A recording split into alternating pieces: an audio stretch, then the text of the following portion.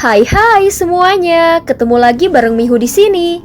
Oh ya, kali ini Mihu akan membawakan alur cerita Donghua yang berjudul Battle Through the Heaven.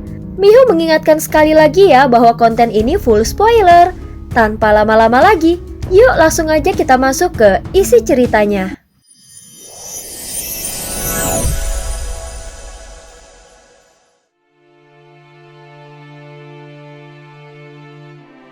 Melanjutkan dari kisah sebelumnya.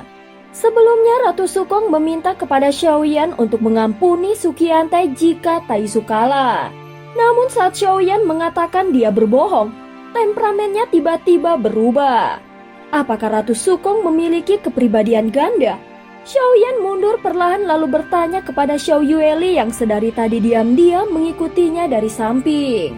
Ayah, aku juga tidak terlalu tahu banyak. Tetapi kakek Tianzang pernah memperingatkanku, jangan terlalu banyak berurusan dengannya.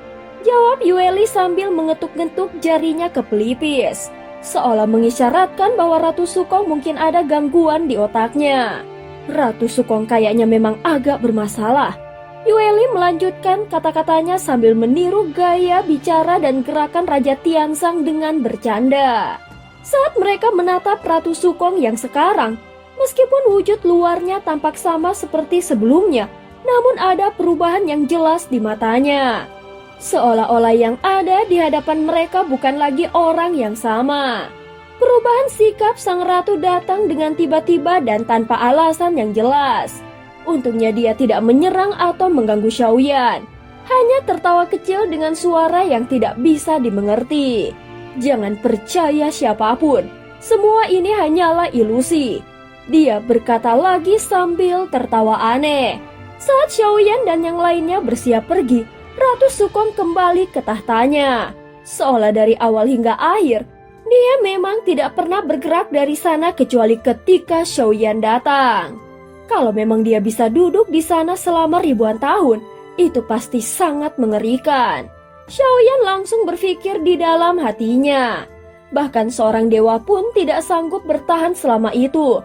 Tetapi Ratu Sukong justru mampu melakukannya, seolah-olah waktu tidak berhenti baginya. Pasti ada rahasia besar yang tersembunyi di dalam diri Ratu Sukong ini. Pandangan Xiaoyan terus menatap tubuh sang ratu cukup lama, hingga kapal dewa kuno akhirnya meninggalkan tempat tersembunyi yang kacau ini. Ayah, Yueli tidak akan ikut bersamamu, ucap Xiao Yueli. Setelah keluar dari tempat makam dewa kekacauan, Yueli pun berpamitan kepada Xiaoyan. Dia tidak pernah merasakan tekanan seberat ini sebelumnya. Bagaimanapun, kecepatan kultivasi Xiaoyan sungguh luar biasa. Meski dia tidak melihat secara langsung pertempuran Xiaoyan melawan 4 keabadian para dewa dan 1 lengan hitam, namun dia bisa merasakan kekuatan Xiaoyan dari auranya. Kalau aku tidak segera meningkatkan kultivasiku, aku tidak akan bisa mengejar ayah, ucap Xiao Yueli. Yueli, sampaikan salam ayah kepada ibu dan kakakmu. Xiaoyan mengangguk setelah mengatakannya. Waktu terus mendesaknya, jadi dia tidak bisa berlama-lama. Setelah Yueli pergi, kapal dewa kuno berubah menjadi sinar merah panjang dan menghilang ke kejauhan. Xiaoyan menggunakan jiwa ilusi untuk memicu kecepatannya dan hanya kekuatan ini yang bisa membawanya bergerak secepat itu.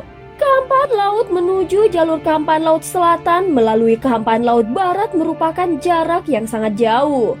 Dia tidak tahu apakah bisa menembusnya secara langsung atau tidak. Segera Xiaoyan menyatu dengan jiwa ilusinya. Perasaan aneh itu muncul kembali sama seperti biasanya. Dia merasa seakan bisa mengamati seluruh samudera kehampaan dari ketinggian, sementara jiwanya melayang bebas di atasnya. Laut kehampaan itu seperti terdiri dari jutaan titik cahaya. Dan jika Xiaoyan bisa mengunci salah satunya, maka dia bisa langsung menembus dan tiba di tempat yang dituju. Saat Xiaoyan melakukan perjalanan jiwa dengan kekuatan jiwa ilusi, meski terasa berat, dia masih bisa merasakan arah menuju kehampaan laut selatan. Meskipun tidak bisa langsung sampai ke tujuan, dia setidaknya bisa mempersingkat waktu tempuh secara signifikan. namun dengan harga yang sangat mahal, yakni pengurasan besar-besaran terhadap kekuatan jiwanya. Itu memang sulit, namun Xiaoyan tidak ragu. Dia langsung menggunakan jiwa ilusi dan membentuk pusaran bayangan hitam yang bergerak menuju Kampan Laut Selatan. Kalau bukan karena kekuatan jiwa tingkat Void Spirit yang dia miliki, maka sekali lompatan seperti ini bisa benar-benar menghancurkan jiwanya. Bahkan kekuatan seperti itu pun nyaris tidak sanggup menanggung beban teleportasi seperti ini. Kalau aku mendapatkan jiwa ilusi sebelum kekuatan jiwaku setingkat ini, pasti aku tidak akan mampu menggunakannya sama sekali. Xiaoyan langsung berpikir dengan senyum pahit. Melintasi dua laut Kampan sekaligus benar-benar menguras tenaganya. Dan bahkan dengan jiwa sekuat itu pun tetap saja membuatnya sangat kelelahan. Setelah berhasil membentuk pusaran bayangan hitam menembus Kampan, tubuh asli Xiaoyan langsung duduk bersila. Dia memasukkan sebuah pil pemulih kekuatan jiwa ke dalam mulutnya. Bagaimanapun, sesampainya nanti di Kampan Laut Selatan, dia mungkin akan langsung memasuki wilayah misterius dan pertempuran tidak akan bisa dihindari. Tentu saja agar bisa bertahan di tempat itu, maka kekuatan jiwanya harus segera dipulihkan. Api peringkat pertama yaitu api pemusnah jiwa memiliki tingkat kekuatan yang jauh melebihi jiwa ilusi, dan jelas akan menarik perhatian banyak ahli. Inilah alasan mengapa Xiaoyan tidak langsung ke tempat itu, melainkan terlebih dahulu datang ke makam Dewa Kekacauan untuk meningkatkan kekuatan avatar Yuan Shen-nya. Semua ini sudah direncanakan sebelumnya.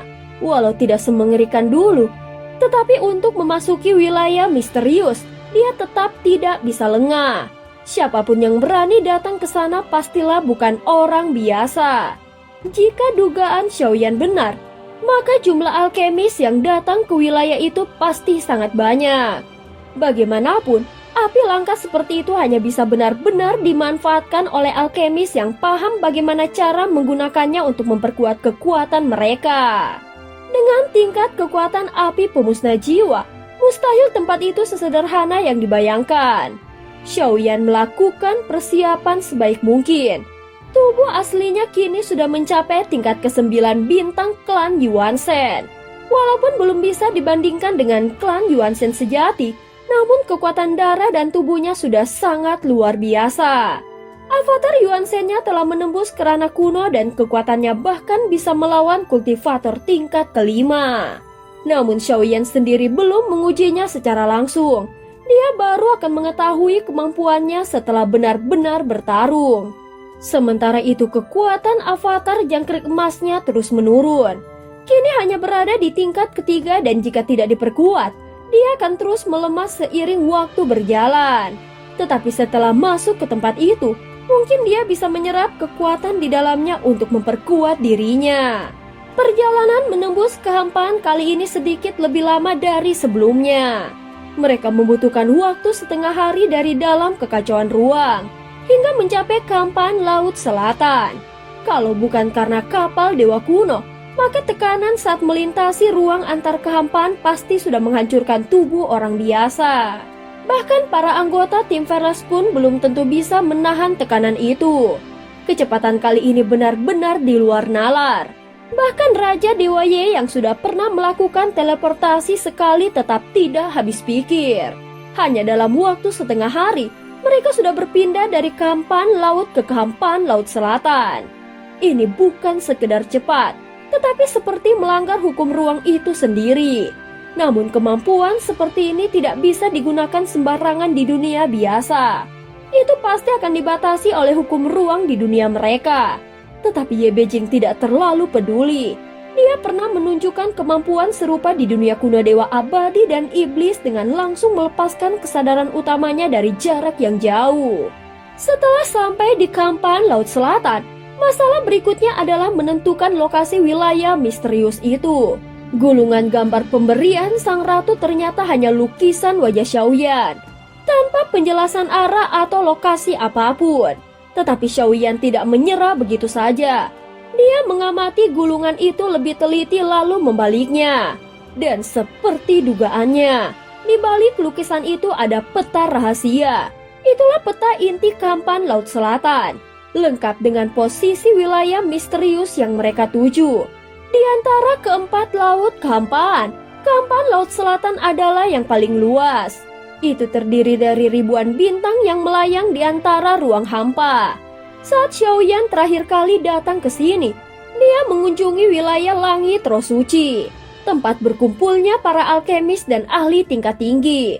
Xiaoyan segera mengangkat gulungan itu tinggi-tinggi memperlihatkan peta kepada semua orang. Namun di seberangnya para anggota tim Fearless hanya memandangi lukisan dirinya. Wah, lukisan sang ratu memang luar biasa. Detail ototnya bahkan nyaris identik dengan tubuh asli Xiaoyan. Ucap Xiaozan mencibir dengan suara keras. Mungkin cuma dia satu-satunya yang berani berbicara seperti itu sekarang. Xiaoyan langsung tersenyum cangkung dan segera menggulung kembali peta itu. Sekarang mereka sudah tahu arah yang dituju dan semuanya akan jauh lebih mudah. Namun sebelum berangkat ke sana, mereka harus menunggu hingga kekuatan jiwa Xiaoyan pulih sepenuhnya. Jelas mereka juga sadar bahwa petualangan mereka selanjutnya pasti akan sangat berbahaya. Dan cerita pun berakhir. Terima kasih udah dengerin Mihu dari awal sampai akhir ya. Please jangan lupa untuk like, comment, and subscribe. Sampai jumpa.